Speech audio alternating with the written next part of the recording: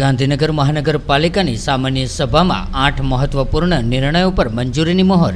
ગાંધીનગર મહાનગરપાલિકાના મેયર શ્રી મીરાબેન પટેલની અધ્યક્ષતામાં પંડિત દીનદયાલ ઉપાધ્યાય ખાતે મનપાની સામાન્ય સભા યોજાઈ હતી.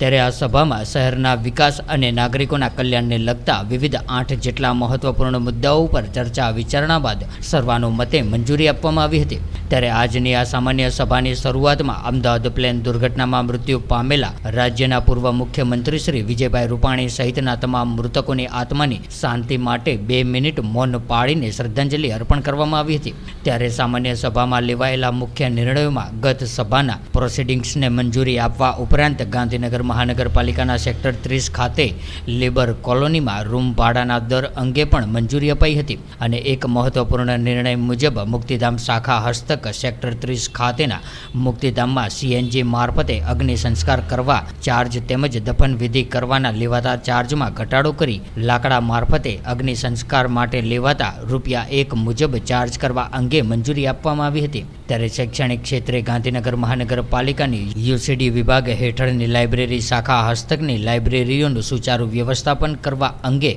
લાઇબ્રેરીઓની નીતિ વિષયક બાબતોને અમલમાં મૂકવા તેમજ કુડાસણ લાઇબ્રેરી માટે પુસ્તકો ખરીદ કરવા અંગે મંજૂરી આપવામાં આવી હતી. આ ઉપરાંત ગાંધીનગર મહાનગરપાલિકા વિસ્તારમાં આવેલા વાવોલ કોમ્યુનિટી હોલનું ભાડું, ડિપોઝિટ અને નિયમો નક્કી કરવા અંગે પણ મંજૂરી આપવામાં આવી હતી.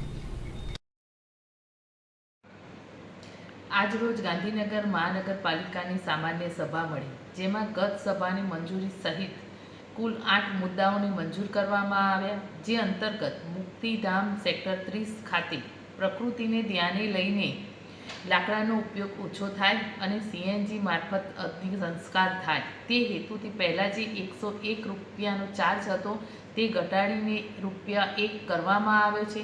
તેમજ મહાનગરપાલિકા હસ્તકની લાઇબ્રેરીઓના સુચારુ વ્યવસ્થાપન અંગે નીતિ વિષયક બાબતોને મંજૂરી આપવામાં આવી છે. તેમજ નવા પુસ્તકોની પણ ખરીદી કરવામાં આવી છે. આ ઉપરાંત વાવોલ કોમ્યુનિટી હોલનું ભાડું તેમજ નિયમો નક્કી કરવામાં આવ્યા છે અને કર્મચારીઓના હિતને લગતા મુદ્દાઓને મંજૂરી આપવામાં આવી છે.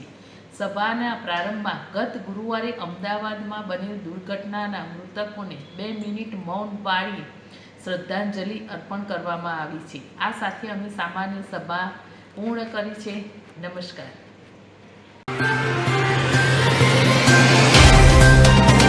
तो व्हाट्सएप, ट्विटर, फेसबुक, इंस्टा जहाँ भी आपका अकाउंट है, इसे शेयर बटन के द्वारा वहाँ पर शेयर करें.